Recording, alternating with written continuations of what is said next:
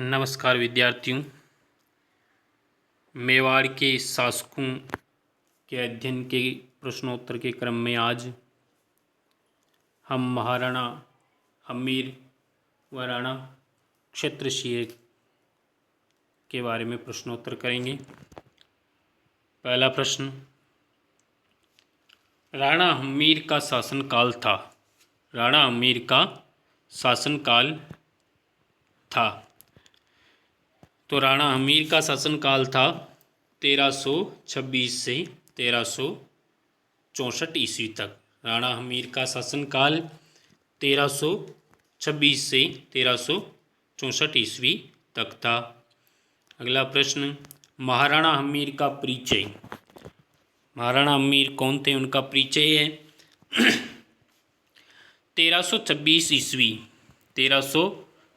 ईस्वी में सिसोदिया शाखा के राणा अरिसिंह के पुत्र राणा हम्मीर ने चित्तौड़गढ़ पर वहाँ के राजा जैसा मालदेव सोनगरा के पुत्र जैसा थे को हराकर अधिकार किया। चित्तौड़ में गुहिलों के वंशज सिसोदिया वंश की नींव डाली। राणा हम्मीर लक्ष्मण सिंह सिसोदा गांव वाले के पुत्र थे। लक्ष्मण सिंह जी सिसोदा वही थे जो 1303 में युद्ध करते हुए राणा रतन सिंह की तरफ से युद्ध करते हुए अलाउद्दीन खिलजी से शहीद हुए थे। उन्हीं के ये पौत्र थे, अर्थात ये लक्ष्मण सिंह जी जो हम महाराणा हम्मीर के दादाजी थे। अगला प्रश्न, महाराणा हम्मीर को संज्ञा दी जाती है। महाराणा हम्मीर को क्या संज्ञा दी जाती है? तो महाराणा हम्मीर को संज्ञा दी जाती हैं मेवाड़ के उद्धारक। महाराणा हम्मीर को मेवाड़ के उद्धारक के नाम से संज्ञा दी जाती हैं। मेवाड़ का उद्धारक कहा जाता है महाराणा हम्मीर को। महाराणा हम्मीर को मेवाड़ का उद्धारक कहा जाता है। महाराणा हम्मीर को मेवाड़ का उद्धारक कहा जाता है। अगला प्रश्न, सिसोदिया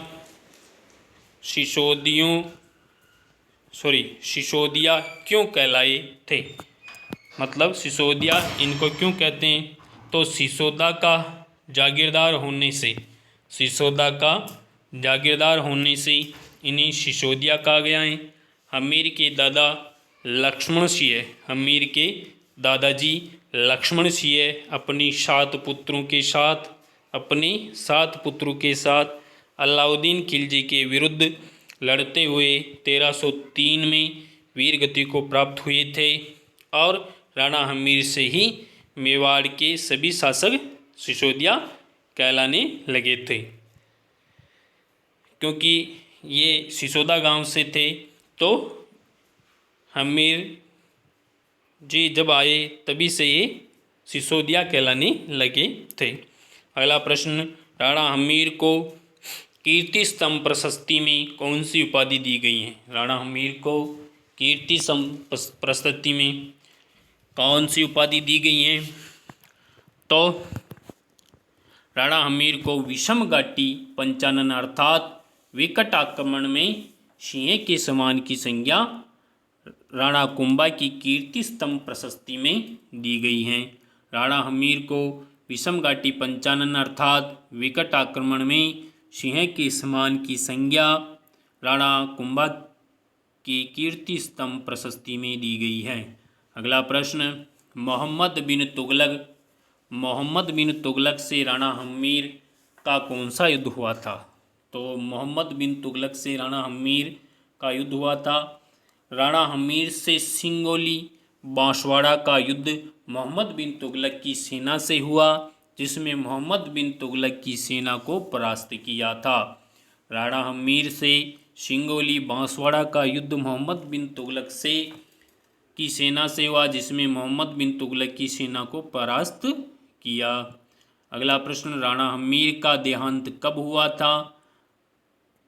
तो राणा हम्मीर ने रावल रतन सिंह के समय से अवनति को पहुँचे हुए मेवाड़ को फिर से उन्नत किया और राणा हम्मीर का देहांत 1364 ईस्वी में होना माना जाता है।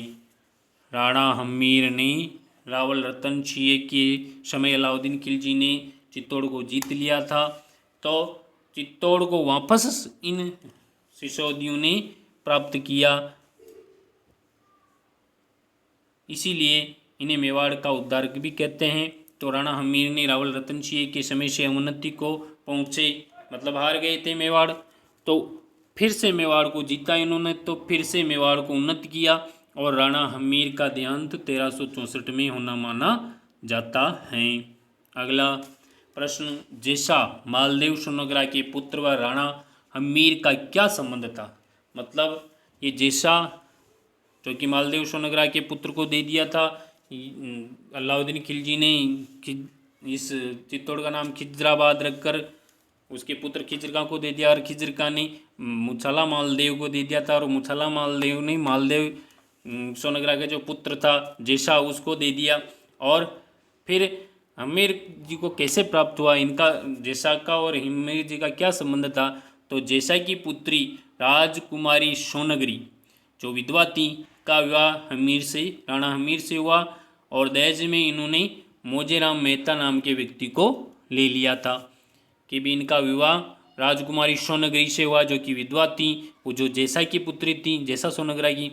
तो हम्मीर ने दहेज में दीवान मोजेराम मेहता नाम के व्यक्ति को ले लिया, जिसने दुर्ग के भेद बताए, और राणा हम्मीर ने चित्तौड़ पर आक्रमण करके उनके ससुर जी जैसा को मारकर चित्तौड़ ले लिया था। ये कहानी है कि जैसा की पुत्री थी राजकुमारी सोनगरी जो कि विधवा थी, उसका विवाह राणा हम्मीर से हुआ, तो दहेज में उन्होंने एक व्यक्ति को लिया जिसका नाम था मोजेराम मेहता। तो मोजेराम मेहता ने चित्तौड़ दुर्ग के भेद महाराणा हम्मीर को बताए, तो महाराणा हम्मीर ने चित्तौड़ पर आक्रमण किया और इस आक्रमण करके अपने ससुर जैसा को मार दिया और फिर चित्तौड़ के शासक बन गए। अगला प्रश्न, राणा सत्ता सिसोदिया सत्ता के संस्थापक थे। राणा सत्ता या सिसोदिया सत्ता के संस्थापक राणा हम्मीर थे। और अगर राणा शाखा और सिसोदिया शाखा के बारे में पूछे कि इनके कौन थे संस्थापक, तो राहप बताना है। राणा शाखा और सिसोदिया शाखा के संस्थापक तो हैं राहप, और अगर राणा सत्ता और सिसोदिया सत्ता ये प्रश्न पूछे तो राणा हम्मीर उनका इस प्रश्न का उत्तर सही है। यदि राणा सत्ता की जगह शाखा लिखा हुआ हो, सिसोदिया सत्ता की जगह सिसोदिया शाखा लिखा हुआ, तो ये राहप है। अगला प्रश्न, सिसोदिया सत्ता के संस्थापक तो ये हम्मीरी हैं, लेकिन राणा शाखा अगर लिखा हुआ तो वो राहप जी हैं। राणा शाखा हैं तो राहप हैं, और राणा सत्ता और सिसोदिया सत्ता के संस्थापक राणा हम्मीर हैं। अगला प्रश्न, राणा हम्मीर के बारे में जानकारी मिलती है हम्मीर मदमर्दन जय सिंहसूरी कृत से। जय सिंहसूरी की लिखी हुई किताब हम्मीर मदमर्दन से राणा हम्मीर के बारे में जानकारी मिलती है। अगला प्रश्न, राणा हम्मीर ने किस मंदिर का निर्माण करवाया? राणा हम्मीर ने किस मंदिर का निर्माण करवाया? तो राणा हम्मीर ने अन्नपूर्णा माता, जिसे बरबड़ी माता भी कहते हैं, राणा हम्मीर ने अन्नपूर्णा माता जिसे बरबड़ी माता भी कहते हैं, जो कि इनकी इष्ट देवी हैं, के मंदिर का निर्माण करवाया। और ये जानकारी मोकल की शिलालेख से मिलती है। राणा मोकल का जो शिलालेख है उसे जानकारी मिलती है कि राणा हम्मीर ने अन्नपूर्णा माता, जिसे बरबड़ी माता भी कहते हैं, जो कि इनकी इष्ट देवी हैं, के मंदिर का निर्माण करवाया। ये जानकारी महाराणा मोकल के शिलालेख से मिलती हैं। अगला प्रश्न, कर्नल जेम्स टोड ने हम्मीर को कहा है? कर्नल जेम्स टोड ने हम्मीर को क्या कहा है? मतलब कर्नल जेम्स टोड ने हम्मीर की क्या उपाधि या क्या कहा? तो कर्नल जेम्स टोड ने राणा हम्मीर को प्रबल हिंदू कहा है। कर्नल जेम्स टोड ने राणा हम्मीर को प्रबल हिंदू कहा है। राजस्थान इतिहास के पिता हैं ये कर्नल जेम्स टोड, जिन्होंने राणा अमीर को प्रबल हिंदू कहा है। अगला प्रश्न, महाराणा क्षेत्रसिंह का शासनकाल था। महाराणा क्षेत्रसिंह जिसे महाराणा खेता भी कहते हैं, तो महाराणा क्षेत्रसिंह का शासनकाल कब था? तो 1364 ईस्वी से 1382 ईस्वी तक महाराणा खेता, जिन्हें महाराणा क्षेत्रसिंह भी कहते हैं, का शासनकाल 1364 से 1382 ईस्वी था। अगला प्रश्न, राणा क्षेत्रसिंह ने किस किस जगह को मेवाड़ में विलय किया? राणा क्षेत्रसिंह ने किस किस जगह को मेवाड़ में विलय किया? तो राणा क्षेत्रसिंह जी ने हिम, जहाजपुर, मांडल व छप्पन के मैदान को विलय किया। जहाजपुर को विलय किया, मांडल को विलय किया व छप्पन के मैदान को विलय किया था। और इसके साथ में अजमेर को भी विलय किया था। अजमेर, मांडल, जहाजपुर एवं छप्पन के मैदान को विजित किया तथा मालवा के सुल्तान दिलावर खां गोरी को भी इन्होंने परास्त किया था। अगला प्रश्न, महाराणा क्षेत्रसिंह ने किसको पराजित किया था? महाराणा क्षेत्रसिंह ने किसको पराजित किया था? तो मालवा के सुल्तान दिलावर खान गोरी, मालवा के अमी शाह के नाम से प्रसिद्ध को परास्त किया। ये दोनों जगह की लग गया है, लेकिन ये क्या है इसकी जगह? मालवा के सुल्तान दिलावर खान गोरी, मालवा के अमी शाह के नाम से प्रसिद्ध को परास्त किया महाराणा क्षेत्रसिंह खेता जी ने। अगला प्रश्न, महाराणा क्षेत्रसिंह ने कौन और किन किन को पराजित किया? तो बूंदी के हाडाओं को पराजित कर बूंदी को अपने अधीन किया। बूंदी के हाडाओं को पराजित कर बूंदी को अपने अधीन किया तथा ईडर पर आक्रमण कर वहां के शासक रणमल को कैद किया। बूंदी के हाडाओं को पराजित कर बूंदी को अपने अधीन किया तथा ईडर पर आक्रमण कर वहां के शासक रणमल को कैद किया। अगला प्रश्न, महाराणा क्षेत्रसिंह के पुत्रों की संख्या कितनी थी? महाराणा क्षेत्रसिंह के पुत्रों की संख्या कितनी थी? तो इनके 7 पुत्र थे। महाराणा क्षेत्रसिंह के खेता जी के कुल कितने? 7 पुत्र थे। इनके 7 पुत्र थे और कई औरस पुत्र थे। औरस पुत्र अर्थात दासी पुत्र थे, जिनमें चाचा और मेरा भी शामिल है। चाचा और मेरा नाम के 2 व्यक्ति थे, जो भी इनके पुत्र थे, दासी पुत्र थे, औरस पुत्र थे, और जिन्होंने महाराणा मोकल की हत्या की थी। इन दोनों ने महाराणा मोकल की हत्या की थी महपा पंवार से मिलकर।